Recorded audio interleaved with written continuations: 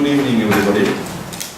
Most venerable Chancellor Hero, His Excellency Sandharma, dear devotees. We will begin this evening with a video clip of Tri Pitaka Abiwandana. Thank you.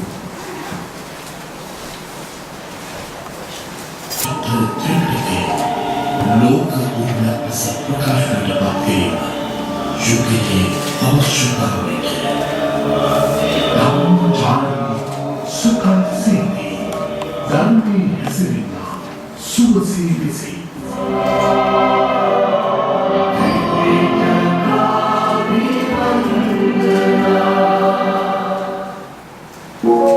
धम्म जानी सुख सिद्धि धर्मी हसिरिना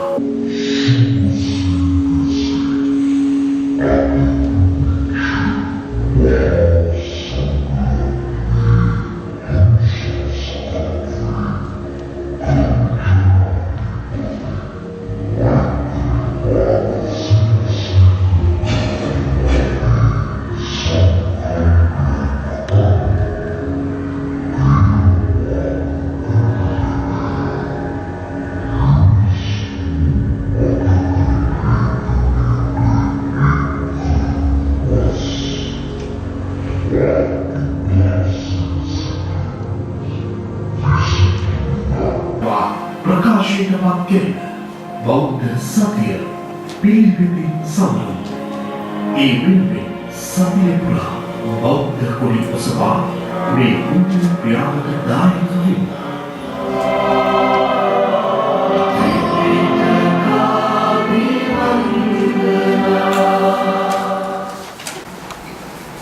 Most Venerable Ajahn Sujato, on behalf of us all gathered here today, I'd like to express our heartfelt thanks to you for having accepted our invitation and to have made the journey to be with us today. Thank you very much indeed. It was more than 2,500 years ago, I believe, that the teachings of the Lord transformed the life of perhaps the most brutal king that India ever knew into one of sheer benevolence, which also led to the advent of Buddhism into Ceylon.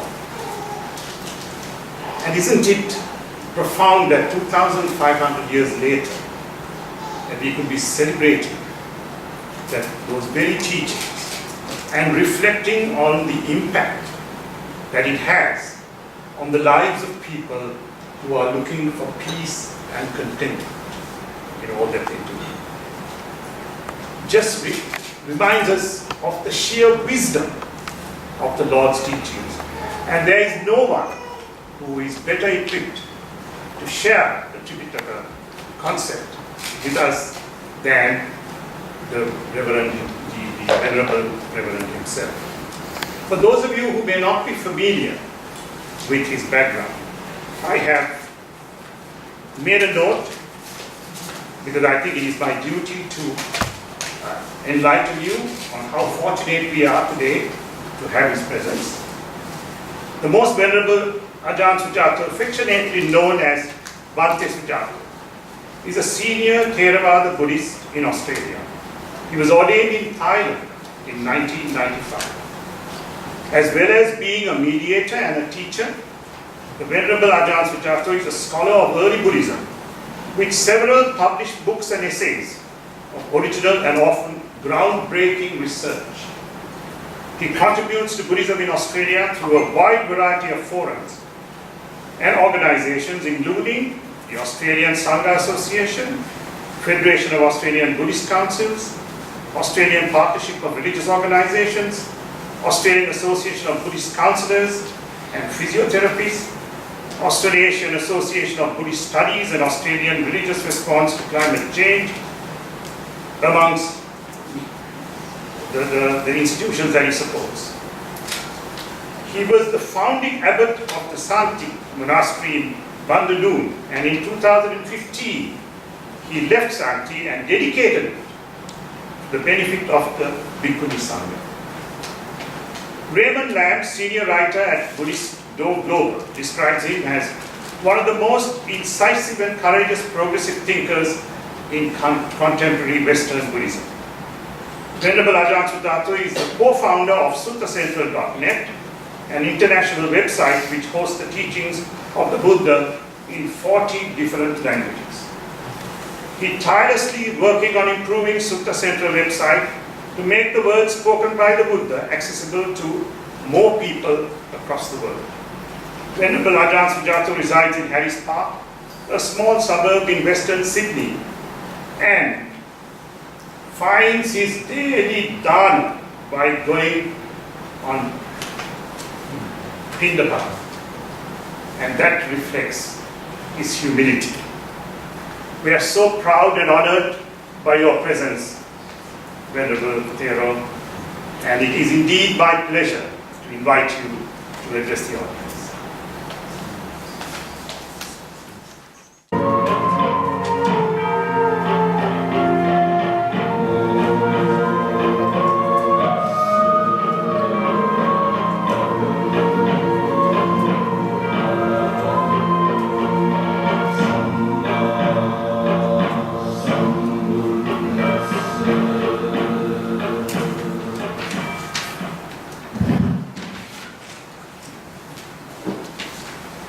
Thank you very much.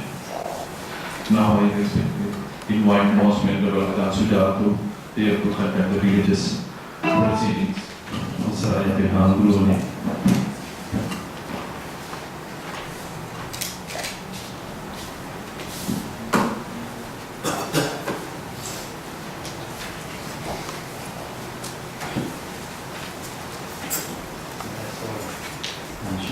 Now take the five peerages and the five pieces.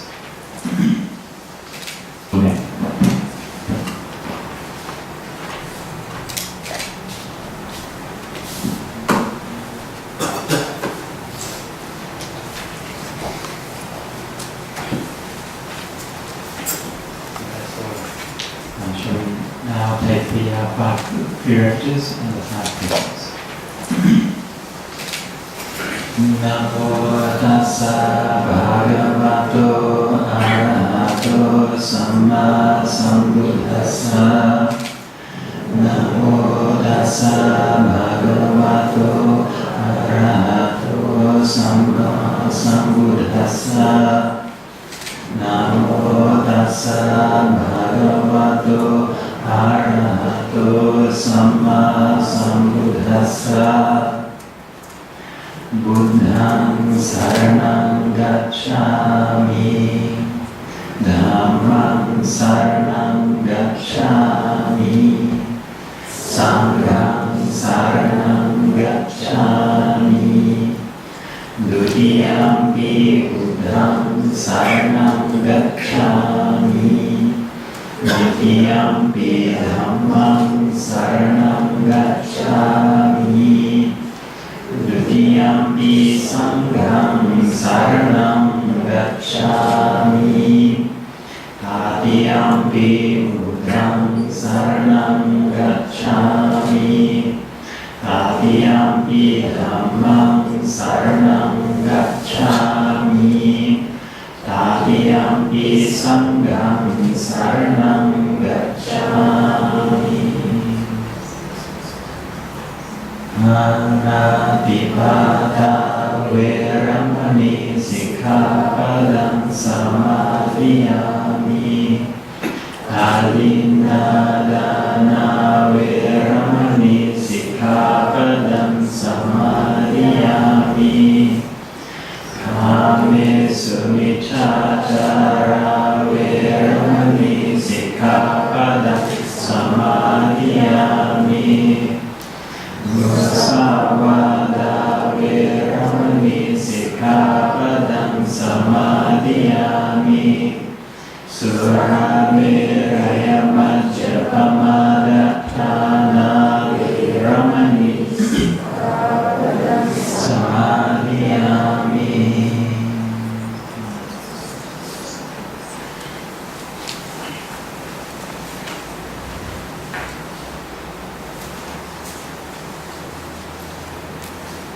Thank you so much to all of you for being here on this wonderful and auspicious day. Thank you to the High Commissioner for his very, very kind introduction. And we know that his health is not great at the moment, so he may have to excuse himself early. So if you see the High Commissioner leaving early, please don't think it's because he doesn't like what I'm saying. And also thank you so much to the committee and the community here at the Kamba Temple for inviting me once more. And as some of you may know, I have been here, used to come here on a semi-regular basis for quite a number of years, teaching various Dhamma classes and things. For the last few years I've been away, and primarily I've been in Taiwan, where I spent 3 years, nearly 3 years, translating Pali suttas. So I had the very great fortune to have some supporters who were willing to put me up. And I stayed on a little island called Chimay, which is just off the coast of Kaohsiung in southern Taiwan. And they just put me in a little house there and gave me some food and let me do my Pali translations. So this was a very, very wonderful time of my life when I could spend all day, every day with my best friend, the Buddha, and listening to his words and trying to manifest his words as best I could. It was such a beautiful time. I only have one regret, and that is that there's just not enough suttas. I wish there could have been more so I could have stayed there for longer. But all good things must come to an end. And so now here I am back in Australia again. And we have the chance to celebrate the Pali Tripitaka and to support the Sri Lankan government's initiative to have the Pali Tripitaka inscribed on the UNESCO Memory of the World Register. Thank you so much. So today is a triply auspicious day. Not only is the day when we've come together to celebrate the UNESCO, the Sri Lankan government's proposal for the UNESCO, it's also the Hoya Day, and it's also World Happiness Day. Did you know that? I didn't know that. Anyway, apparently it's World Happiness Day, so may you be happy. And what better way to celebrate World Happiness Day than to come to the temple and to spend time listening to Dhamma and talking about Dhamma. So now for this evening, I have a bit of a slideshow for you. Now, I have to warn you, okay? I have to warn you, this could, I'm a bit of a Pali geek, so stop me if I go on for too long, all right? I will try to restrain myself, but when you get me going on my favourite topic, it could, well, just keep going. But I want to encourage everybody here to relax and to feel free to ask questions if you have any questions at any point, okay? So I'm going to be doing a bit of a slideshow and a bit of a background and explanation about what it is that we're doing. Does that sound like a good idea? Everyone happy to do that? Okay, excellent, very good.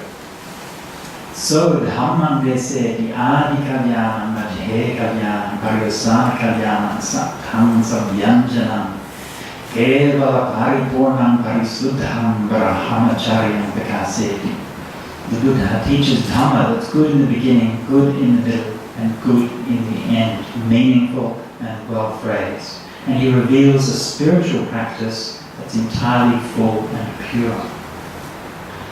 So this is a passage which we find in the Pali text repeated so many times as a description of what it is that the Buddha is doing and what it is that he's teaching. Right? Now notice those two words, Satham and Sabhyanjanam. Right? Satham means with the meaning. Right? Sabhyanjanam means with the phrasing. Right? These two things. And in the early text, in the Pali text, it talks about these two things quite explicitly. Right? And it says that the texts have a meaning. Right? What's the point of the text? And they also have a phrasing. What's the wording of the text? right? What's the actual words and letters? Now, obviously, the Buddha said we should try to get both right? The meaning and the wording are both important. But of course, the meaning is more important, right? But still, we should do our very best to keep the phrasing correct as well. And so this is something which the Buddhist tradition has always taken to heart, that part of our duty as Buddhists is to preserve both the meaning of the texts in terms of how we live our life, and also to protect the phrasing of the texts, because it's through protecting the phrasing, that is the literal wording of the texts. This is how we can sustain the Dhamma and pass it down to future generations. Both of those things are important. Why? Because it's the spiritual practice. It reveals that life that's entirely full and pure. This is why we do this. Now, a little bit of background on the UNESCO Memory of the World Register. I'm by no means an expert, so this is just what I've uncovered in a little bit of research. It was established in 1992. It currently contains 429 items.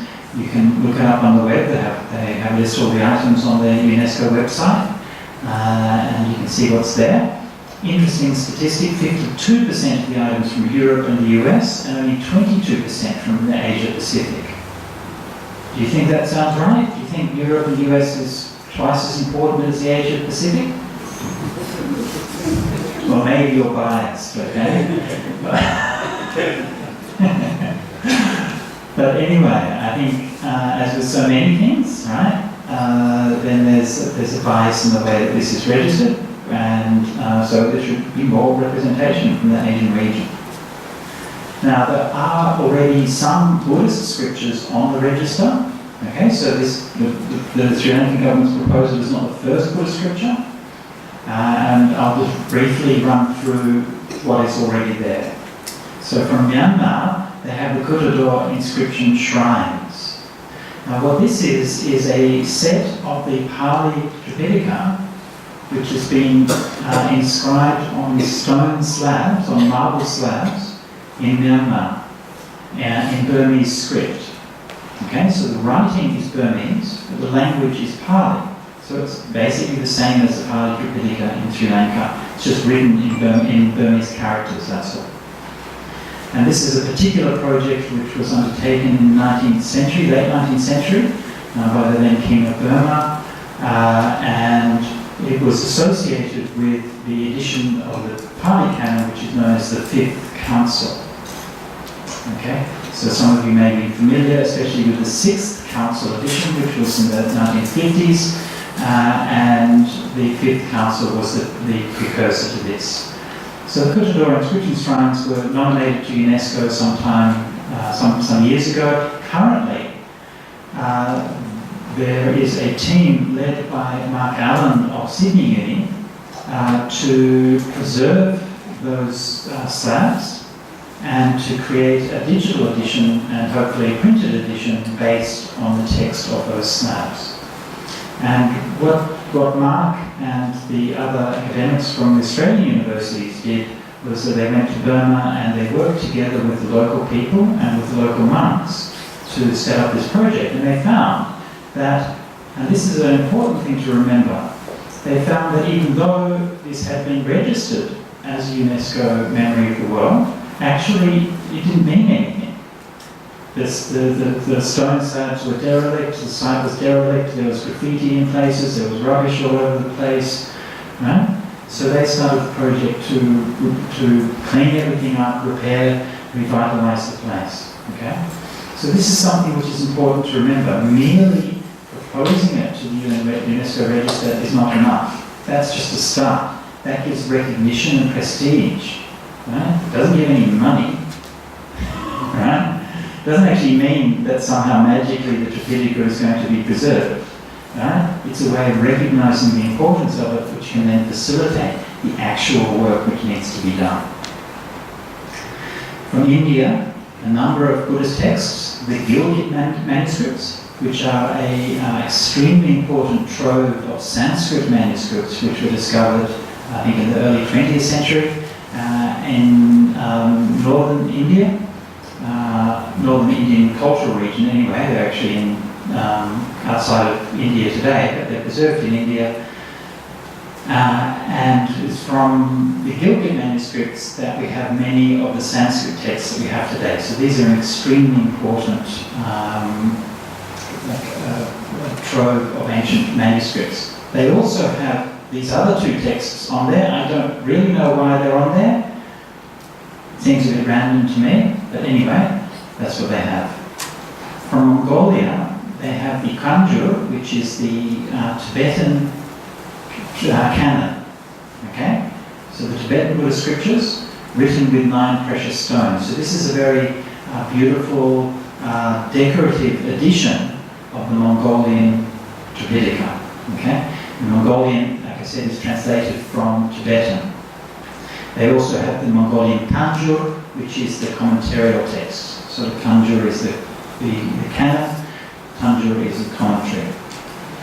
So they don't actually have any from Tibet, but this is from Mongolia. From Korea, they have what is known as the Tripitaka Koreana. Now this is a slightly misleading name. In fact, this is the Chinese Buddhist canon. Alright? But it was copied and this edition was made in Korea, which is why it's called the Korean one. There's nothing Korean about it, in fact, except for the fact that it's in Korea.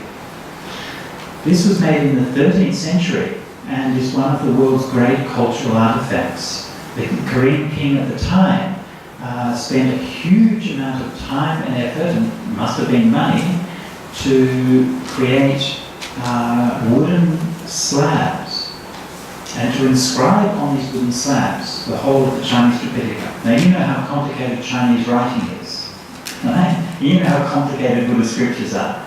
Well, so far there's no mistakes being found in these, right? That's how careful the work they were. They spent, I think, 10 years curing the wooden slabs before they wrote on them. They constructed a special building to house them in them, to keep them under atmospheric control. That building still exists, and the wooden slabs are still in that building, still in perfect condition. Right? So this really is, so all of our modern editions of Chinese Buddhist texts are taken from this particular edition, this particular set of wooden slabs. And as it happens, what they do is to copy those wooden slabs, they use pencil, and they put paper over it and do a rubbing with pencil to make a copy of it. And that's been done 3 times. Right? One of those copies is in Canberra, I think in the National Museum in Canberra. So from China, Tibet, Sri Lanka, Vietnam, Japan, Thailand, Cambodia, Laos and Bhutan, there are no Buddhist scriptures in the UNESCO Memory of the World Register, so that's our to-do list. Okay? So the Sri Lankan government has stepped forward to make this initiative to try to rectify this situation. Clearly, the Tripitaka, by any standard, is a valuable item to be included here, and we can see that in the past that the UNESCO Register has acknowledged the importance of the Buddhist scriptures, so there's no reason why they shouldn't be including the Pali Tripitaka from Sri Lanka as well. Now one might ask, why do we need the Pali Tripitaka from Sri Lanka? We have, after all, many Buddhist texts from the early period, texts in Chinese, Tibetan and Sanskrit and so on. We have, as we saw before, we have the Burmese edition is already in there, of the Burmese edition of the Pali Tripitaka. Actually, the early Buddhist texts, the pre-Mahayana texts in Chinese, are greater in number than the Pali. So somebody might think, well, what's special about the Pali Tripitaka that we have to include here? And I just wanted to just make this clear so that you'll understand what I'm talking about before we proceed. When I mentioned previously, we talked about the Tibetan canon, we have a Mongolian edition of Tibetan canon, we have the Chinese Tripitaka and so on. These Tripitakas in Chinese and Tibetan quite different than the Tripitaka we find in Pali. Okay? And in fact, the whole idea of the Tripitaka is not nearly as clear in those collections. In the Pali Tripitaka, we have three baskets: the suttas, the vinaya, and the abhidhamma. Okay? It's quite straightforward. This is what the Tripitaka means. This is what these three collections are. Now, in the Chinese and Tibetan, we also have those things, right? So you also have sutta collections that are very similar to the suttas in Pali. You have vinaya collections that are very similar to the vinaya in Pali. You have abhidhamma books that are very similar to the abhidhamma books in Pali. But you also have a whole range of other things, right? And so these are the later texts. We have treaties, Mahayana sutras, Tantric sutras, and so on and so forth. So these are all texts which were composed at a later period of Indian Buddhism, but which were included in their canon, in their Tripitaka. Okay? So they tended to be very all-inclusive. They just took whatever they could and they put it in there. Right? So the kind of thing that it is quite different. But what we're interested here, my field of interest, is what we call the early Buddhist texts. And what we mean by the early Buddhist texts, essentially, is the Pali Tripitaka and the things that are similar to the Pali Tripitaka. Right? So that means the things in Chinese, Sanskrit, or Tibetan which are similar to what we have in Pali. That's what we mean by the early Buddhist texts. And I will look at that in a bit more detail a little bit later. Okay, and what I want to do now is just go over some of the reasons why I think it's important for UNESCO to register the Pali Tripitaka from Sri Lanka specifically. Okay, so the first one, hopefully this is very obvious, is the cultural significance. And Pali Tripitaka is the foundation for religion and culture in Sri Lanka. I think this is fairly obvious, and you know this as well as I do, probably much better. And I'm not an expert on Sri Lankan culture, so I won't spend a lot of time with this, but I think this is obviously an important reason. Secondly, is there's a historical significance to the Sri Lankan version of the Pali Tripitaka. The Pali Tripitaka, as I'm sure you all know, was originally brought to Sri Lanka by Reverend Mahinda, who was King Ashoka's son. When we say it was brought to the island, right, we don't mean that he brought baskets with him. What we mean is that he brought his mind with him. Because at that time, the Tripitaka was an oral text which was maintained in memory. Right? So when the monks came, when Sanghamitra came with the Bhikkhuni order, then they brought the scriptures with them in their minds. And later on, they were written down, of course, at the Ala Vihara a couple of hundred years later. So that's a particular version of the Buddhist scriptures, which is a little bit different from the versions that you find elsewhere. And again, a little bit later on this evening, I'm going to be looking at these different versions, and I will show you what I mean when I say that they're a bit different one from the other. I'm sorry to interrupt, but Mr. Sound Person, whoever's doing the sound, could you just turn down the volume a little bit? The sound's like ringing in here. Thanks so very much. I'll speak a bit closer to the mic if I need to. Okay, is that okay? Can everyone hear me? Yeah. Sorry, it's just starting to ring a bit. Okay. So, where was I? Oh yes, right. So the Pali Tripitaka at a later date was brought from Sri Lanka to Southeast Asia and later to the rest of the world. Okay? Originally, when Buddhism went through Southeast Asia, it went from India, right, through to modern-day Bangladesh, Burma, Thailand, Indonesia, and so on. And there are probably many, we don't know all that much about Buddhism at that time. I'm now talking about a time from, say the time of King Ashoka, about 2,000 years ago, through to about 1,000 years ago. And Buddhism was through the area in that time, going through the trade routes, being established in the countries. We don't know that much about it. We know a few things, but not that much about it. But around the 12th century, all of those kinds of Buddhism were displaced, and the Buddhism from Sri Lanka, which we today call Theravada, became the dominant form of Buddhism in the region. And that was all based on the Pali Tripitaka taken from Sri Lanka. Okay, so we have the historical accounts at places like Kalyani Sima in Myanmar of how the kings and the Sangha brought the Tripitaka from Sri Lanka to Myanmar and to Thailand. Now, sociological significance. The Pali Tripitaka is the only early Buddhist scriptural collection for which we have a continuous living tradition. And this is something which is very important and very vital. Right?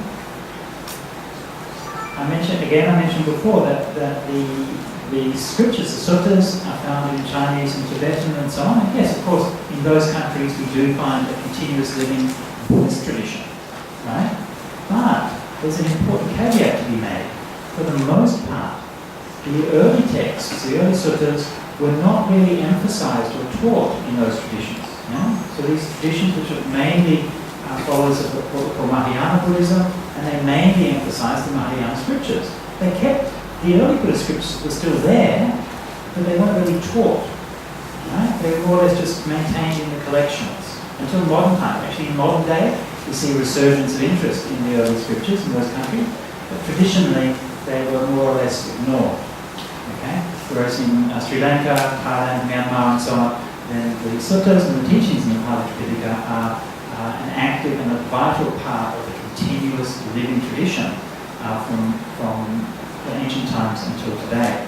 And whenever we've seen changes, reforms, shifts in history throughout Sri Lanka, then it always involves a reform, a religious reform always goes together with the social reform. And we've seen this back right, if you look through the Mahavamsa and the Chulavamsa, you see the same thing happen in those days as well.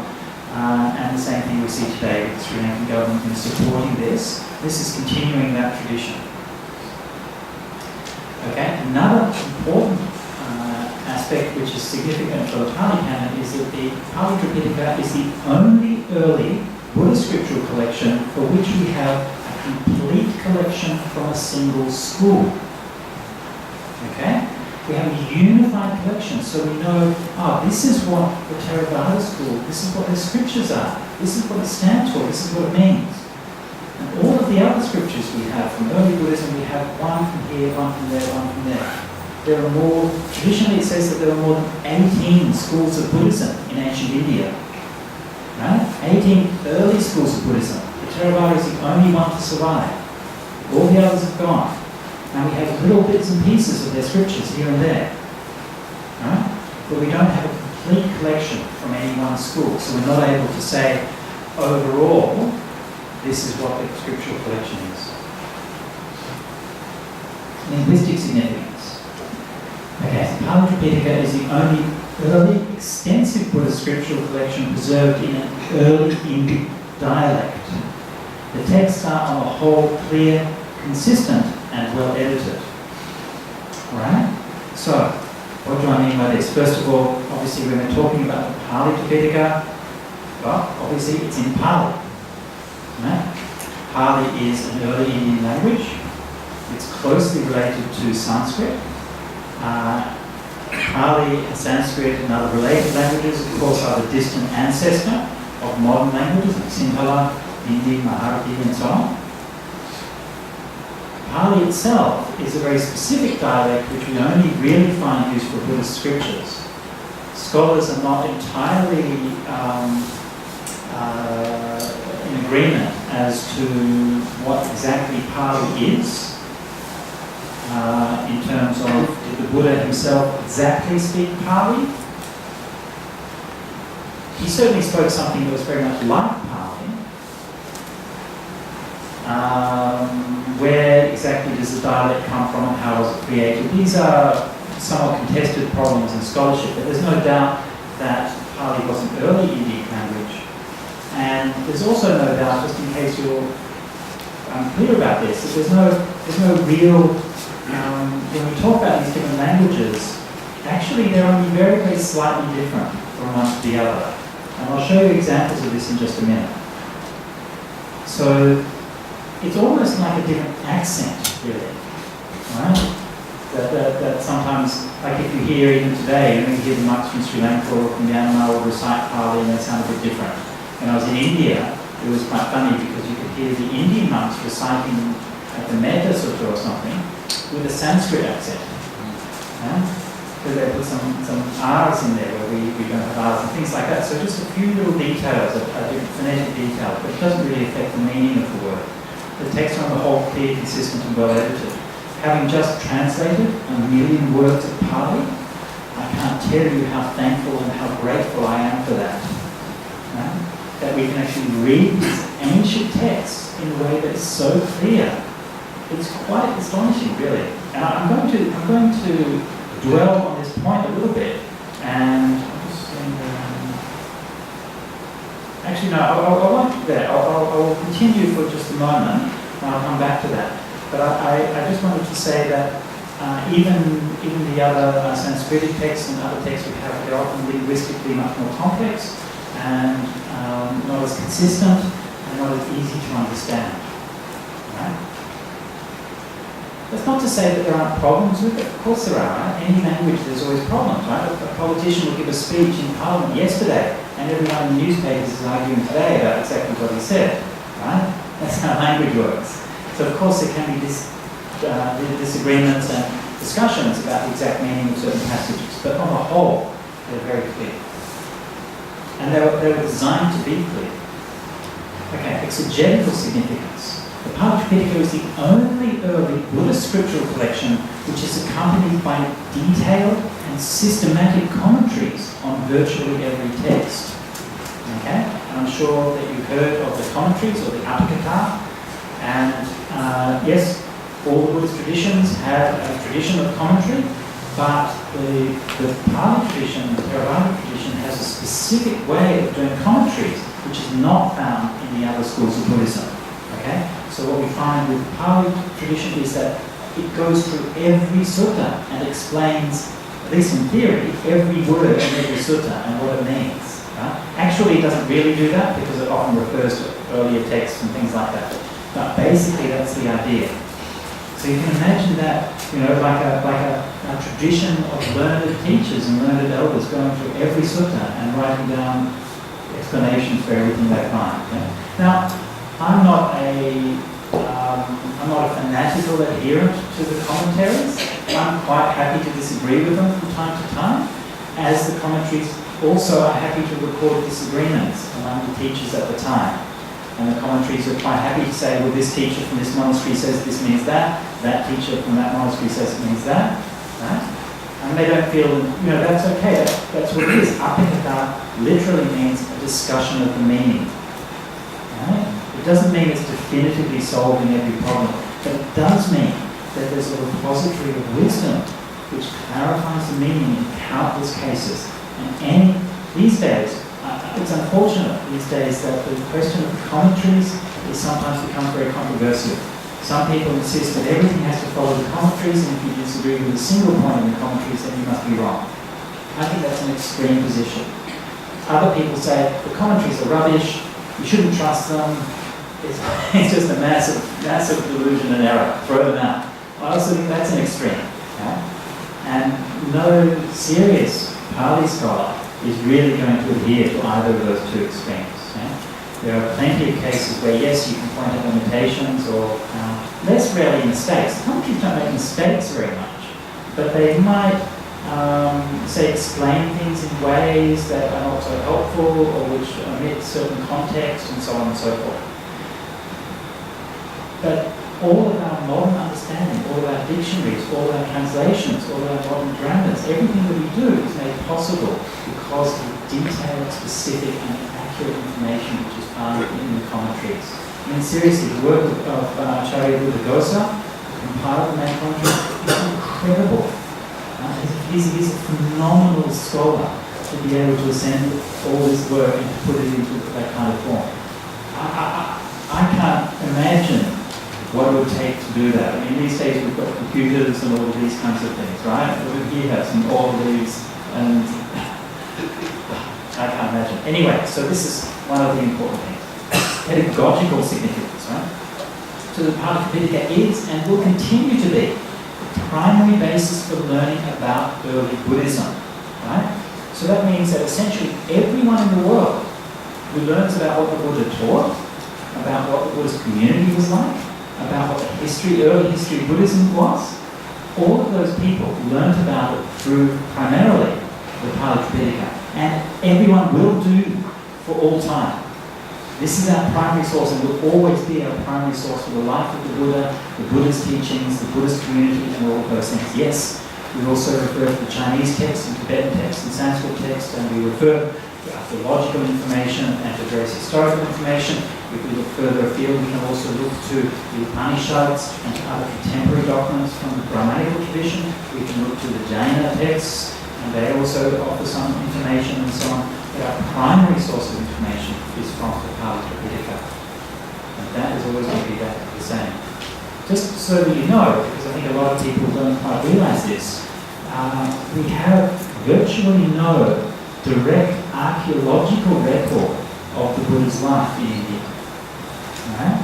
So because you know about all the Buddha's sacred sites and so on, both Gaya and so on, you know about these later archaeological findings on those sites. But things that actually come from the time of the Buddha himself, we have almost nothing. Right? So that's something that's important to consider. The only thing that we do have, interestingly enough, is we have a few shards of pottery and a few pieces of pottery, which is what they call, the archaeologists call northern black polished ware. And it's a distinctive style of pottery which they had evolved at that time. And what that meant was that, and if you look at those examples of the northern black polished ware, it's still got its shine today. Right? It's a very fine kind of pottery that required a high degree of skill to create it. And so that northern black polished ware, the area in which it's found in ancient India is the same area, same region as all the places that are mentioned in the suttas. Right? So it's the same cultural region that the suttas are. And I think that the northern black polished ware is the monks' bowls. Like you see the monks have their bowls which are black in the old days, and they were often doing pottery. And I think this is why we get that black colour from the northern black polished ware. Anyway, it's just a bit of a side trip. Okay, modern significance. The Pali Tripitaka inspired the modernist revival of Buddhism throughout Asia. This is again something which we sometimes lose sight of and sometimes forget the context of. I don't want to go in too much detail into this, but just to mention a few things. Up until the colonial era, up until around the 19th century, there wasn't all that much recognition of Buddhism as a pan-Asian religion. Right? There was a different Buddhisms practiced in different places, but for the most part they tended to be isolated. They kind of maybe knew about each other a little bit, but not all that much. During the colonial era, there was a great learning and understanding of this arose, and specifically the knowledge that all of these forms of Buddhism stem from the same home in India. Right? And it was, of course, the British who discovered this. Okay? Now, you know why they said the sun never sets on the British Empire? Because God wouldn't trust an Englishman in the dark. Right? So I'm not going to offer a defence of the British Empire and all of the many terrible things which they did, right? But they also did do some good things. And one of the good things that they did was that they discovered that at both Gaya, this is the place of Buddhism in London. They went back, and the scholars like Thomas B. David were reading the Pali texts, and then they communicated with the archaeologists in India, and they realised actually these are the same things. These Pali scriptures are talking about events which were recorded there. And then they went to China and they said, well, we have these travel records of these pilgrims who went from China to India in the ancient days, and they talked about the same places as well. And then they started retracing these steps, and they said, well, this Chinese pilgrim said, 30 miles east of this is another stupa. Let's go there and see. And so the head of the archaeology department at the time, Alexander Cunningham, retraced these steps and dug in that place. Oh yes, there it is. That's the stupa. And that's why today we have Savatthi and Kusinara and Lumbini and Benares and all of these wonderful holy sites that we can go and visit. And it was discovered all of these were lost forgotten, buried under the jungle, buried under the dirt. Right? So when we go to these places, this is to provide that spirit of recognizing that we have that teacher, that teaching in the Buddha who inspired these traditions all across Asia. Right? And everywhere you go in different Asian countries, what you'll see is that the Asian countries have all revived and reformed and revitalized their Buddhist practice, often inspired and influenced directly by the teachings in the Pali canon, in small ways and big ways. I'll just give you one example. If you've been to Nam Tien, the Chinese temple in Wollongong, or other modern Chinese or Taiwanese monasteries, you'll see that the monks and the nuns often wear robes that are like this colour, a brown coloured robe. Right? That's a modern innovation. In the past they were grey robes, and they changed to brown robes because they realised, oh, this is the traditional colour. Right? And so they temporarily reformed that. That's just one small example. It's just the colour of the robes. But there are many other examples which are much more important and more systematic.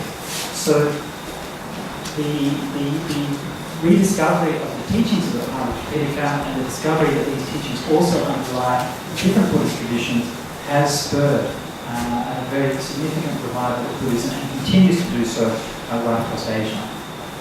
Okay. Now the historical or textual significance of the Pali canon itself is that when compared with other early texts, the Pali texts on the whole appear to be relatively early and uncorrupted. Now, I want to issue a lot of caveats with this. When I say uncorrupted, this is a technical term in textual studies.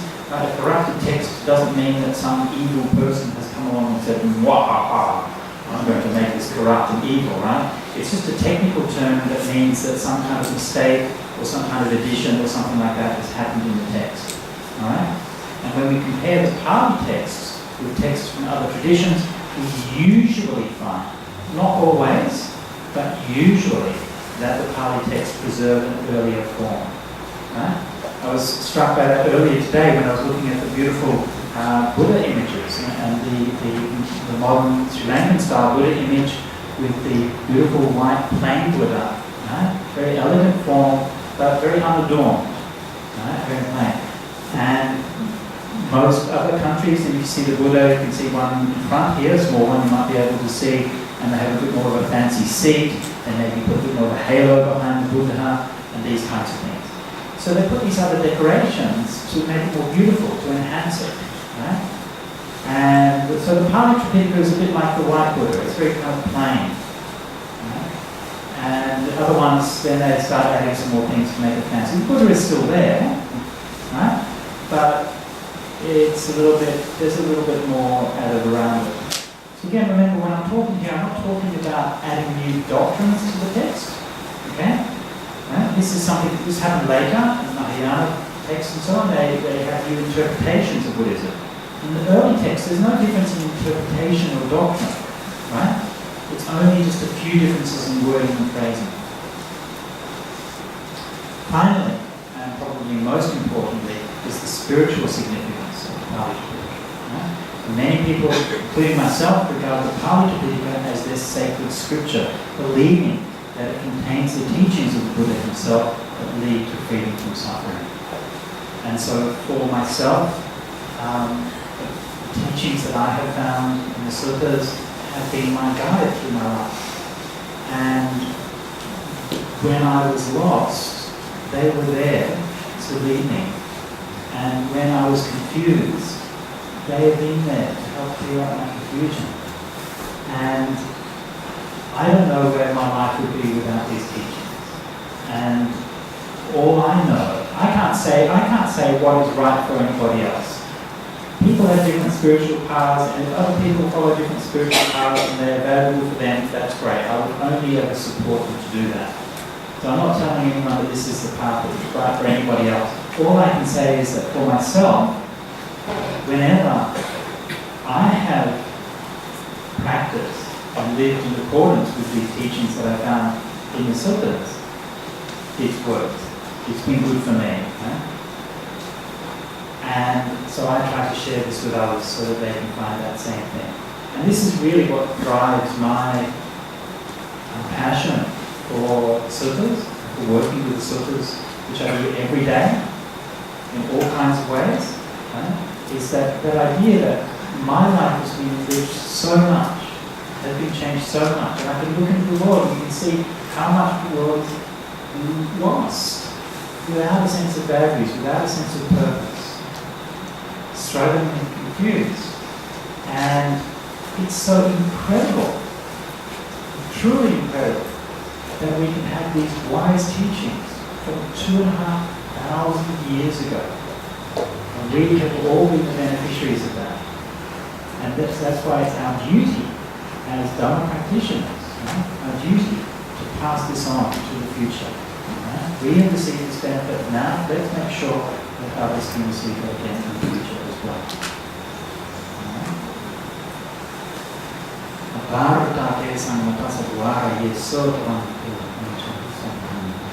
Flung open are the doors to devils. Let those with ears to hear the sound of their prayer.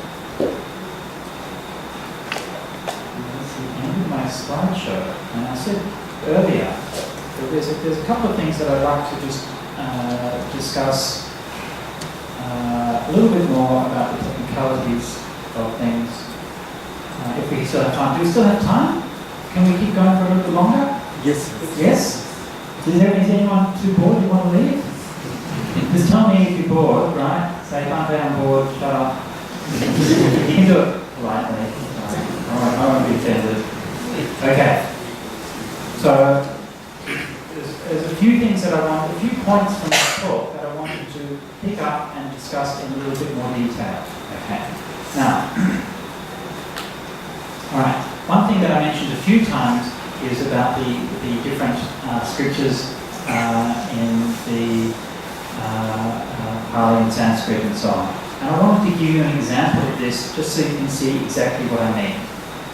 So here is a very famous verse from the Dhammapada, which I'm sure you're familiar with. Apamado amatapada, apamado nachanopada, apamata niyante yetmata. Diligence is the path to the deathless. The negligence is the path of death. Those who are diligent do not die, whereas those who are negligent are as if already dead. A very famous verse, and I'm sure that you're all familiar with it. So this is the version we have in the Pali canon. Now, on sort of central, we have many different scriptures. I'll just take you back to the main menu here so you can see where we are. So we're going to start with sort of central. We have the Suttas of Abhidhamma. We can open up the Suttas and look at the minor collections, Pitaka Nikaya, and here are the Dhammapadas.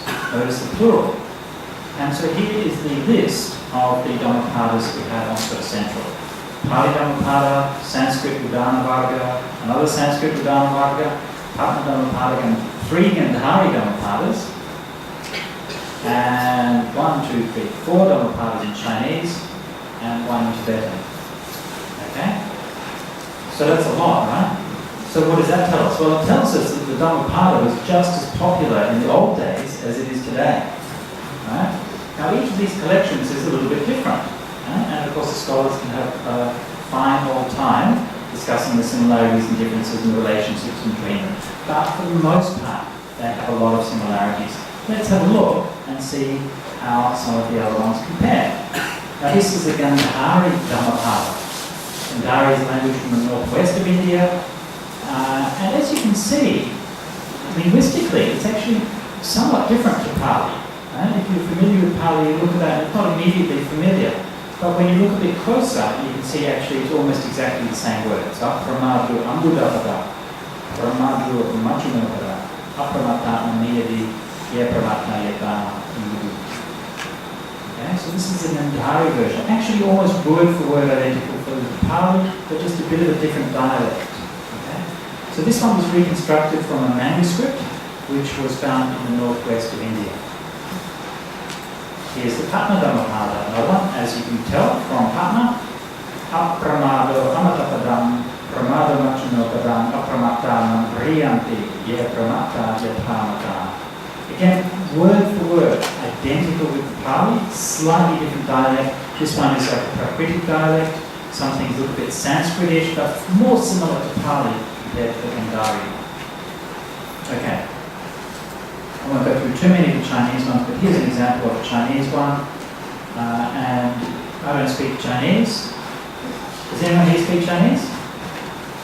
No? Yes? No? That's bad, isn't it? Right? It's bad. Anyway, so we have a nice little tool, sort of central, that will help you to read things, even, well, to pretend to read things even if you can't really read them. So,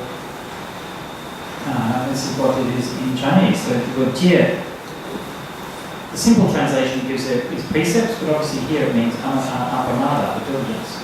Apamada is the nectar or sweetness. This is not exactly clear what it means, right? But in the Indic idiom, the word amata or amrita means on one hand the deathless, but it also is the nectar of the gods, right? So here it's giving that translation of the nectar, but actually it's the same word, it's amata, amata padam, and this is the word Tao. Okay? We're familiar with Taoism, so Taoism the ways. So this apamada, diligence is the way to the deathless, negligence is death, the shortcut to death. Not craving, and then leads to the deathless. To be lost the way, one who's lost the way, you're already dead. Yes? So this is, of course, through the prism of translation. It's through the prism of an ancient Chinese translation of poetry, right? So it's a bit fuzzy. It's not as clear as it is with the Indic text. You can still see that it's clearly exactly the same verse that they translated and they put that into Chinese. I won't go through all of the different Chinese versions, that's enough of that. Here is another, this is a Sanskrit version. Apramado hi amrita pradam pramadam mrityuna padam apramatam mriyante ye pramata sadam mritana. Again, almost word for word identical with the Pali. The only word which is different, it's interesting, is it has here sadana, which means one who is negligent is always dead, is ever dead. It sounds to me like a bit of maybe a bit of a mistake in the Sanskrit text. It doesn't make quite as much sense as the Pali. And here's another Sanskrit text, and this is a broken one. This is a partial one reconstructed from a manuscript. Amrita pradam pramadam rachino padam apramatam mriyanti ye pramata. So even though we only have part of the text, we can still recognize actually it's the same thing. Okay? So I wanted to spend the time to go through those with you and to show you exactly what I mean when I say that these collections are sharing the same teachings. I don't mean that they vaguely share things that have the same kind of philosophy, right? I don't mean to say that they're inspired by similar ideas. I mean to say that they are word for word, literally identical in thousands upon thousands of cases. And these cases are by no means isolated. So this particular verse or particular section has 175 parallels in ancient texts. So this includes the parallels of the chapter, which we find there, and also parallels of individual verses. And so it's the central, due to the work, these particular parallels were put together by my friend Aya Wimala, who's worked very hard on these. And so she put together these lists of parallels, and you can see so many times. So if you see a particular verse in Pali, you want to compare it with the Sanskrit or with another version, then you can always come here and look through these parallels and find the version that you're looking for. Okay? Alright, so that's one point that I wanted to make, just about the different versions. Okay. Next point I wanted to make was about the manuscripts. And this is something that I've discussed with a number of the people who have been involved with this proposal. And I wanted to just share some of my thoughts about this so that you can maybe have some discussion as a community, and that this can hopefully feed into a wider discussion. Now, so far when we talked about the Pali Tripitaka, we haven't kind of classified exactly what we mean. Right? After all, Pali Tripitaka is an idea. Right? I mean, there are many different copies of the Pali Tripitaka, many different editions. Which one are we talking about? Are we going to preserve all of them? Right? I mean, it would be great to preserve all of them, but maybe not all that realistic. If you go to Sri Lanka, you can find in hundreds of monasteries, thousands upon thousands of manuscripts with suttas in them. So, what do we mean here? Do we mean are we going to preserve all of those? Again, it would be great, but it's kind of ambitious, right? So what exactly do we mean when we say the Pali Tripitaka? And you all know that the Pali Tripitaka was first written down in Abiwandana about 20 BC, right? But that edition has long gone.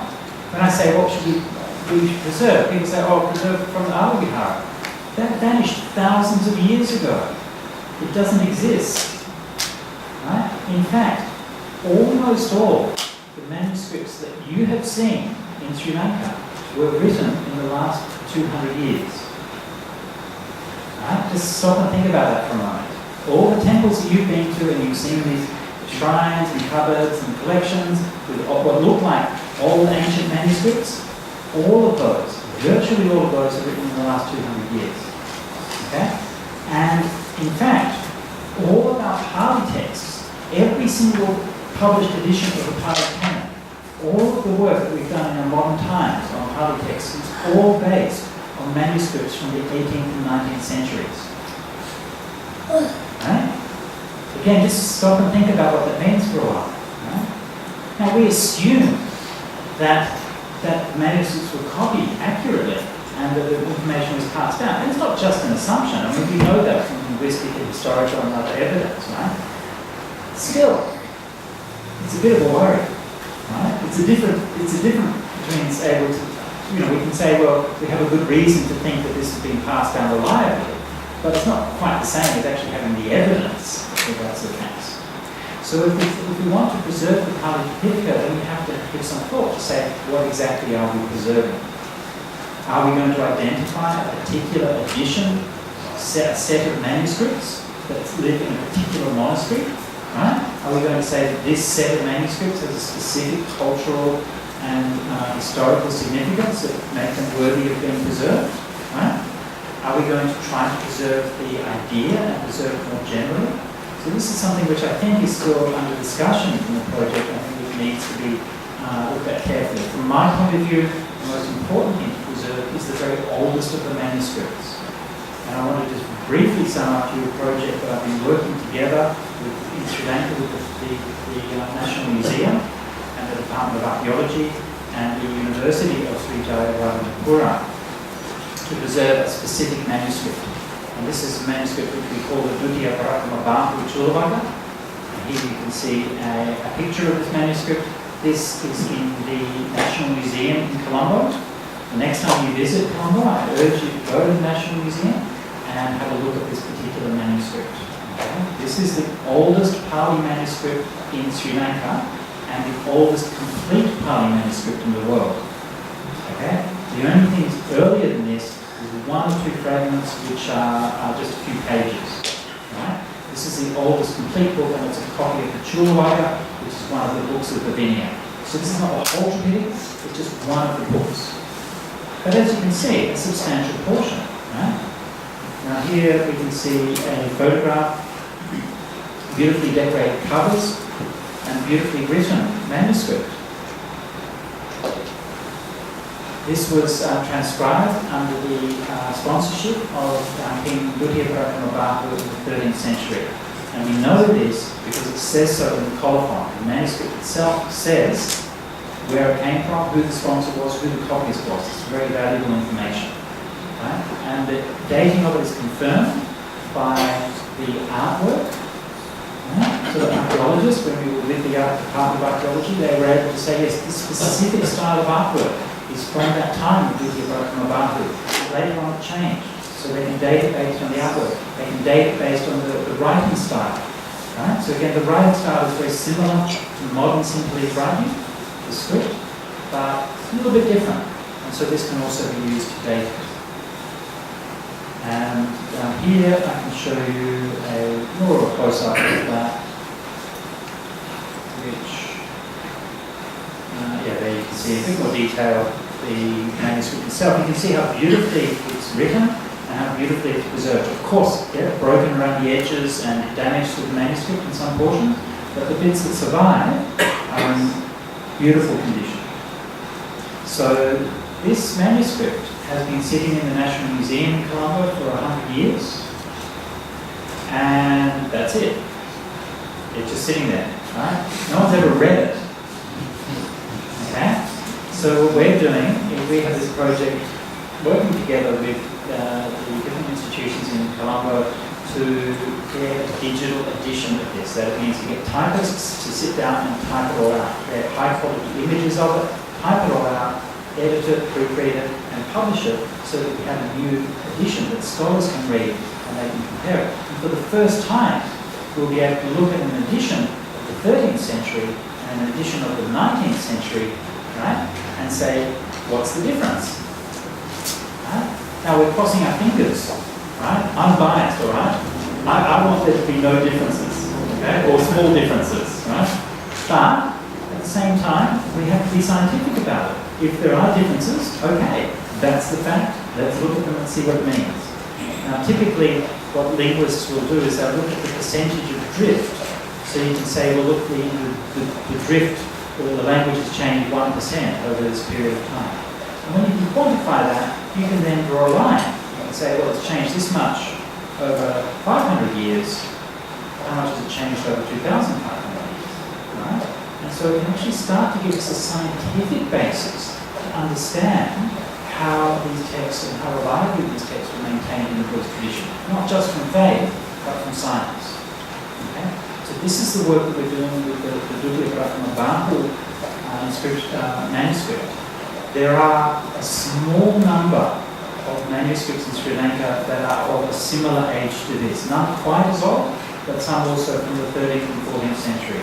So far I've heard reports of 2, only 2. Right? A few maybe a bit later, 15th, 16th century, and all the rest of them from the 18th and 19th century. So my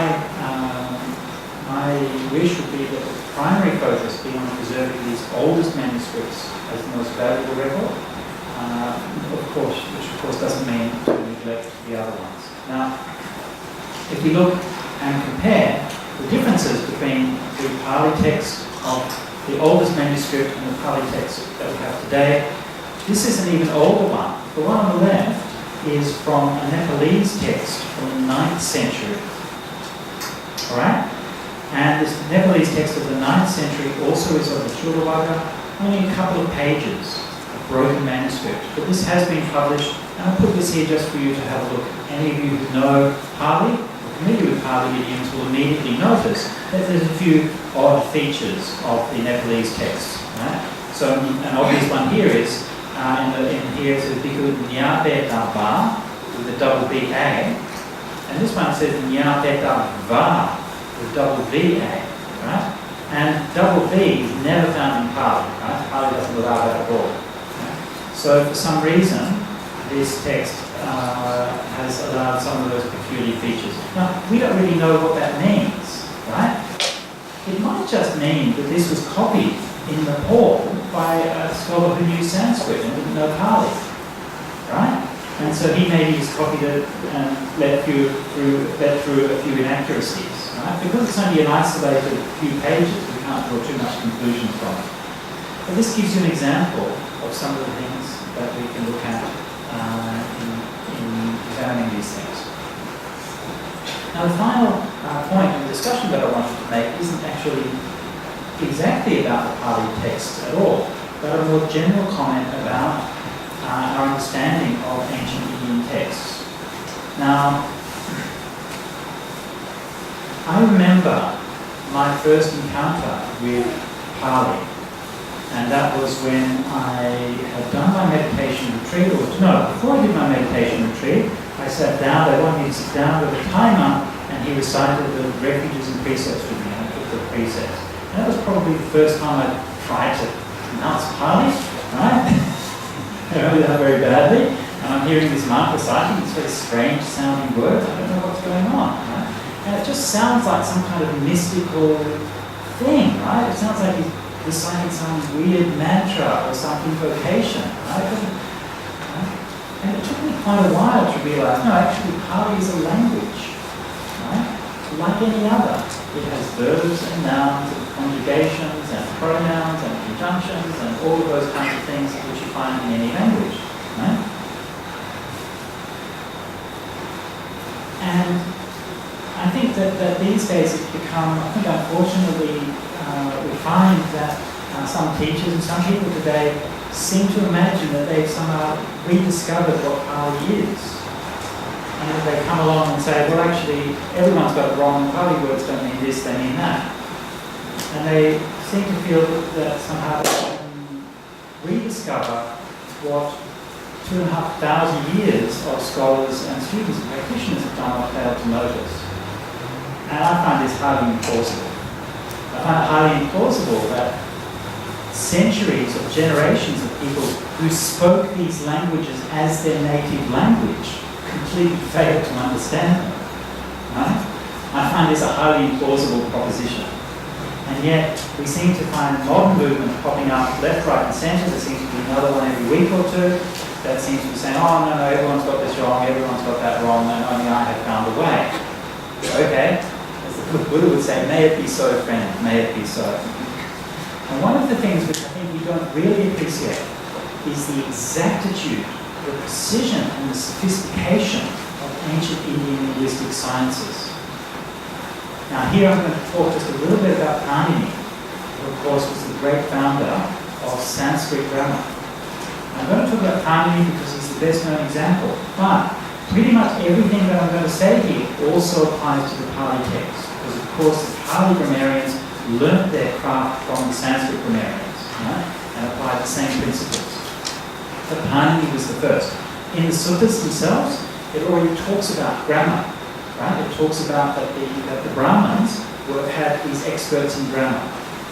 And what we know about that is codified in the work of the Ashtadhyani of Panini, who lived about no more than a century after the Buddha. Okay? So just stop for a minute and cast your mind back and think about this. This is before even Ashoka, before Buddhism went to Sri Lanka. A century after the Buddha. Panini came along and codified Sanskrit grammar.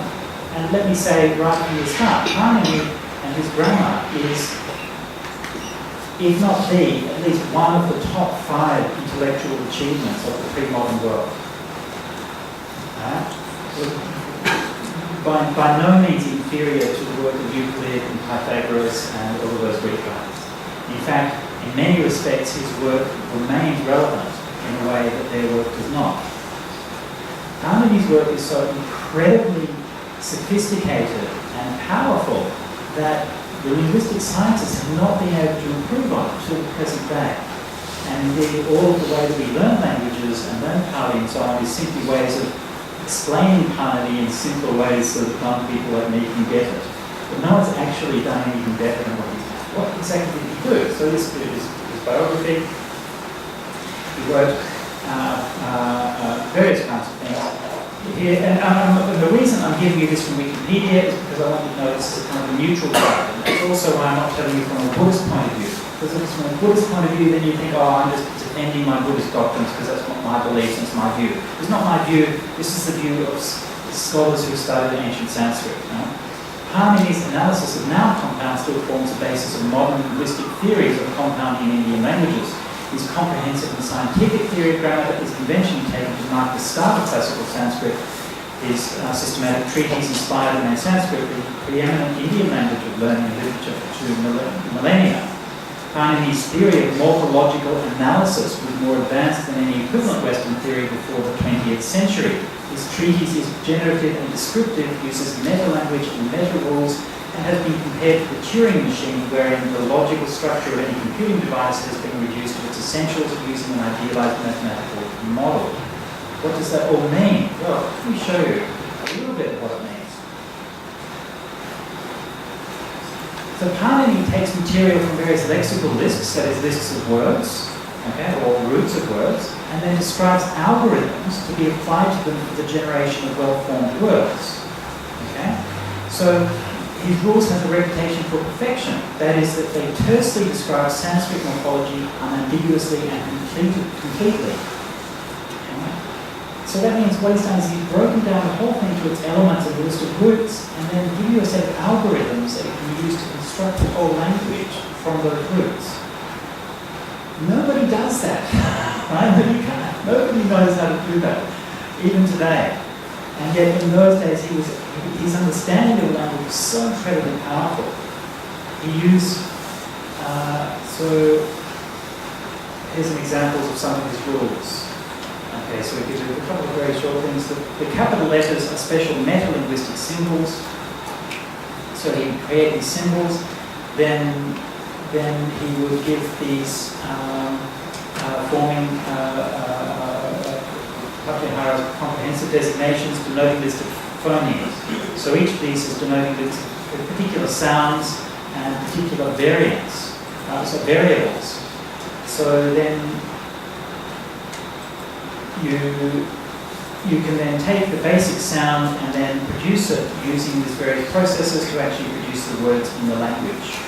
Okay, so this is giving us a very simple introduction to the process in Parnani, which I don't personally understand. Okay, so I'm not trying to pretend that I know Parnani, but I just know enough about him to be in awe of what he's doing. And here it discusses Parnani's significance in modern linguistics, which is considerable. But it also says here, Parnani's grammar is the world's first formal system, developed well before the 19th century innovations of Gottlob Frege and the subsequent development of mathematical logic. In designing his grammar, Parnani used a method of auxiliary symbols in which new affixes are designated to mark syntactic categories and control of grammatical derivations. This technique, rediscovered by the logician Emil Post, became the standard method in the design of computer programming languages. Okay? So that means that Parnani preempted the way that programming languages are made 2,500 years ago using a purely oral text. Considerable evidence shows an ancient mastery of concepts and context-sensitive grammars and a general ability to solve many complex problems. Fitzgerald wrote that Parnani is the Indian Euclid. Now, why am I going into such length to talk about an ancient Indian grammarian who wasn't even, a Buddhist grammarian who wasn't even working with Pali? I want to impress on you the depth of the sophistication and the learning that was applied to language in those days. Remember that the Brahmins believed that their sacred scriptures came from God himself, that they were merely the vehicle for their scriptures, in the same way that we as Buddhists believe that our scriptures come from the Buddha himself, and we are merely the vehicle of those scriptures. And so the ancient Indians, whether Brahmins or Buddhists, applied their considerable expertise and linguistic knowledge to understanding these texts, explaining them and passing them down. And they used highly sophisticated methods of doing this. Okay? These are some of the greatest intellectual achievements of humanity. And no, it isn't the case that they simply failed to understand basic words in their language. Right? These people were operating at a level which is far beyond that which is understood by almost everyone except a few expert linguists today. And no, it isn't the case that somebody with no training in language, no training in linguistics, no formal training in Pali, can come along and say, oh no, this word means that, and that word means that, and this is what the text really means, and everybody else is wrong and I'm right. And I'm sorry to have to kind of mention this and to put this out there, but I know that these ideas have been very common, especially in Sri Lanka. In recent years, I hear about it all the time. Everywhere I go, I've spoken to the people who have put forth these ideas, and I can confirm to you, as a matter of fact, they don't know what they're talking about, in case you're worried. Right? So, I don't want to say that we shouldn't be questioning things. And I don't want to say that all of the questions are answered. Of course, there are issues of interpretation to be dealt with. Of course there are differences of opinion, of course there are cases where experts can look at it and disagree, of course, right? And that's the normal, what happens happens in a culture, right? And we can have a rational discussion about these things and look at the different implications of it. And that's why we have scholars, that's why we study it, that's why we want to look at new editions and so on and so forth. Right? But there's a difference between having a culture of interpretation and a way of approaching text and a way which is just throwing out 2,500 years of the greatest linguistic science which has ever existed on planet Earth. So you might detect a little bit of frustration in my voice when talking about this, and as someone who has devoted a considerable period of my life to learning and studying these things, and to find myself having to worry about these kinds of things is, I find, a bit of a waste of my time. But anyway, hopefully it won't be a waste of your time. So that's just some of the things I wanted to mention for this evening. I've gone considerably over my time already, for which I apologise, and I would like to finish there, and I would like to simply acknowledge once more my gratitude to the Temple, Canberra Temple, for hosting this event, my gratitude to the Commission for supporting it, and my gratitude to the Sri Lankan government for their initiative. I hope that this initiative is successful, and I hope that whatever we can do to support it is successful. I'll remind you that mere recognition by UNESCO isn't enough. It's a starting point. And I would encourage you to take an interest in your cultural history. And I would encourage you to make what efforts that you can to ensure that this is preserved and recognised.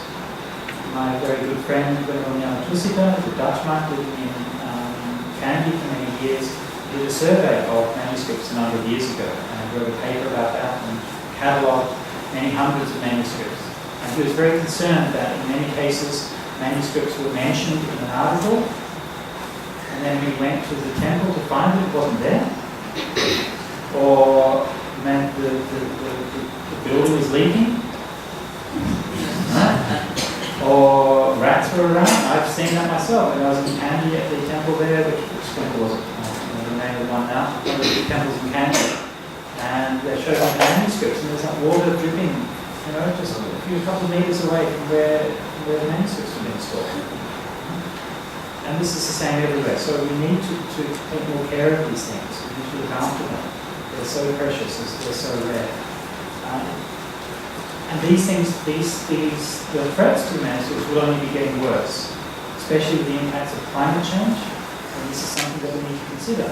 So the climate will become more uncertain, the rains will become heavier, floods will become greater.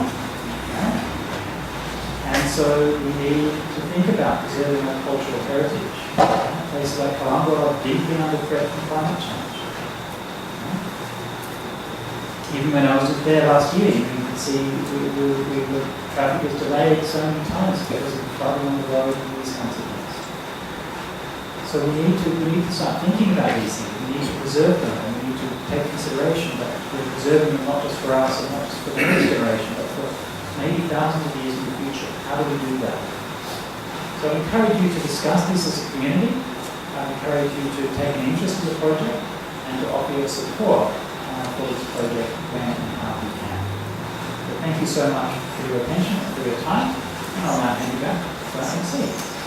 Yes, on behalf of the High Commissioner and the staff of the Sri Lanka High Commission in Canberra and the committee of the Australian Sri Lanka Buddhist Association, I would like to express my heartfelt gratitude to Most Venerable Ajahn Sujato Thero for coming to Canberra and conducting this invaluable Dhamma presentation with compassion.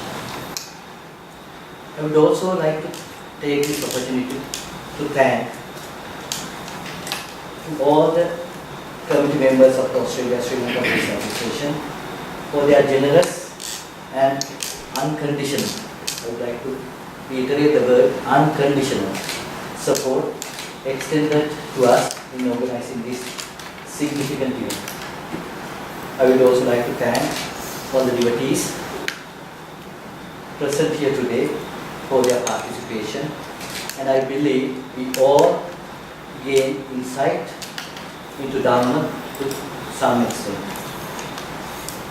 Now, please join for refreshments. Thank you. Thank you very much.